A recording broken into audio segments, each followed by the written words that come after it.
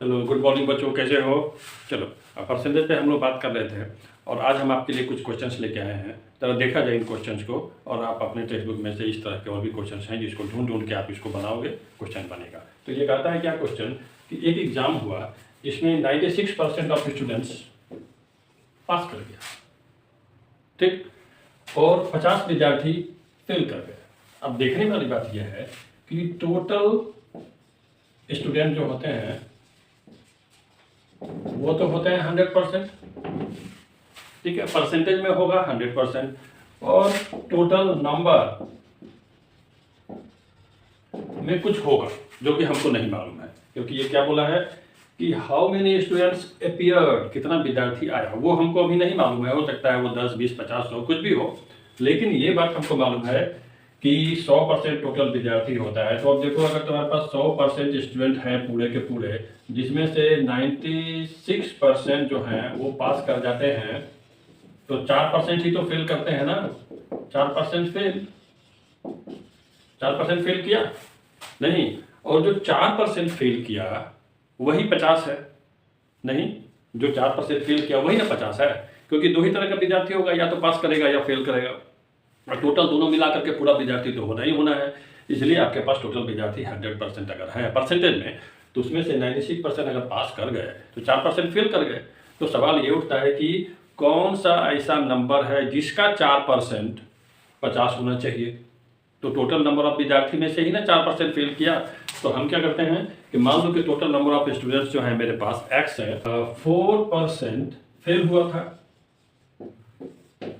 4% fail हुआ था ना, और टोटल नंबर ऑफ स्टूडेंट हमको मालूम नहीं है कितना में से कितना फेल हुआ। तो टोटल नंबर ऑफ स्टूडेंट्स हमारे पास अगर x है तो उसमें से 96% हुआ पास और 4% हुआ फेल, ठीक है, और जो फेल हुआ है वो है 50। तो 4% ऑफ x, ये टोटल नंबर ऑफ स्टूडेंट है, दिस इज इक्वल टू 50, ठीक है ना। तो 4/100 into X is equal to 50 कर लो, ये कटेगा 25 से, और x इक्वल टू हो जाएगा 50 इंटू 25, 25 को 5 से मल्टीप्लाई करो तो 125 होता है ना, 125 और एगो 0 है। ये है आपका टोटल नंबर ऑफ स्टूडेंट्स, ठीक है। तो कोई भी एक, जैसे कि एग्जाम हुआ या फिर कोई इलेक्शन होता है, ठीक है, या फिर कुछ इस तरह के और भी सिचुएशंस होंगे, तो जिसमें क्या होगा देखेंगे कि आप कुछ नंबर ऑफ विद्यार्थी फेल करते हैं, कुछ नंबर ऑफ विद्यार्थी पास करते हैं, कोई कैंडिडेट जीतता है, कोई कैंडिडेट हारता है। तो इस तरह के क्वेश्चंस में जो भी होगा टोटल, उसको आप 100 मार्क के क्वेश्चन को बनाना, ठीक है। चलिए एक और क्वेश्चन हम लेते हैं। अभी यहाँ पे एक क्वेश्चन है कि एक फैक्ट्री में वर्कर्स हैं, ठीक है। अब आपको पता है कि वर्कर दो तरह के होते हैं, या तो मेल होगा या फीमेल होगा। तो यहाँ पे क्या कह रहा है कि टोटल वर्कर जो है कुछ है, उनमें से 15% वर्कर फीमेल है, 15% वर्ली 15% फीमेल है।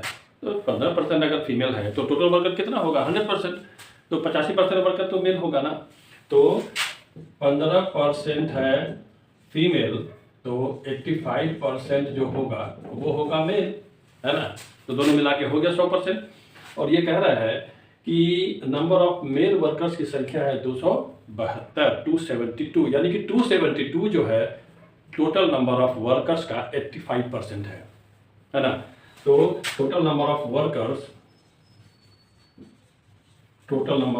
इसका तो अगर x लिया जाए, ठीक है, तो 85% of x is equal to 272, यानी कि 85/100 into X is equal to 272। थोड़ा ऊपर इसको मिटाना पड़ेगा, ऊपर में आते हैं हम लोग, ठीक है। हाँ, तो ये हो गया कितना, 85/100 into X is equal to 272।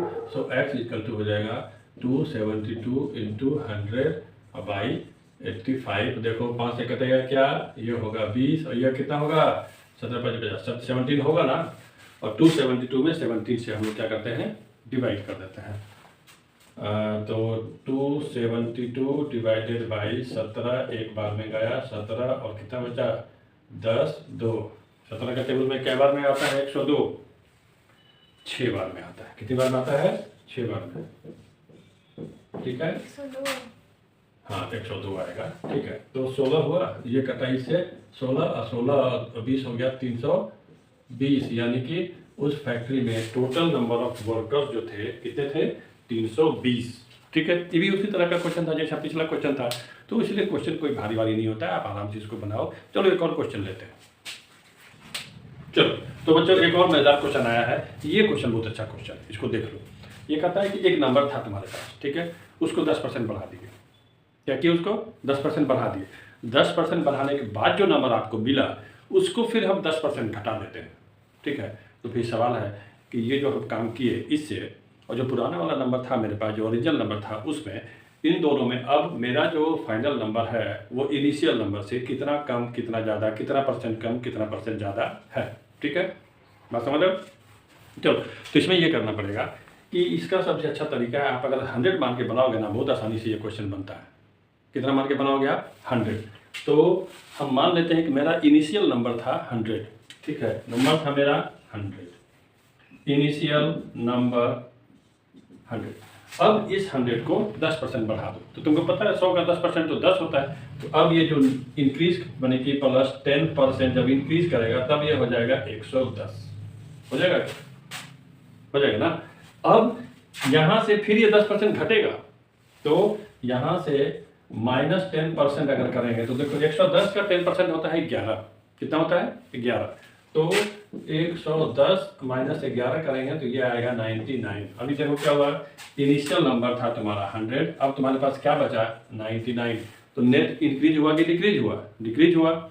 और 100 में कितना घटा, 1, तो वो तो 1% होता है, तो नेट जो है 1% डिक्रीज। बस अब इसको जैसे लिखना है आप आसानी से लिख दो, बात समझ में आ गई ना, बस इतना ही काफ़ी है।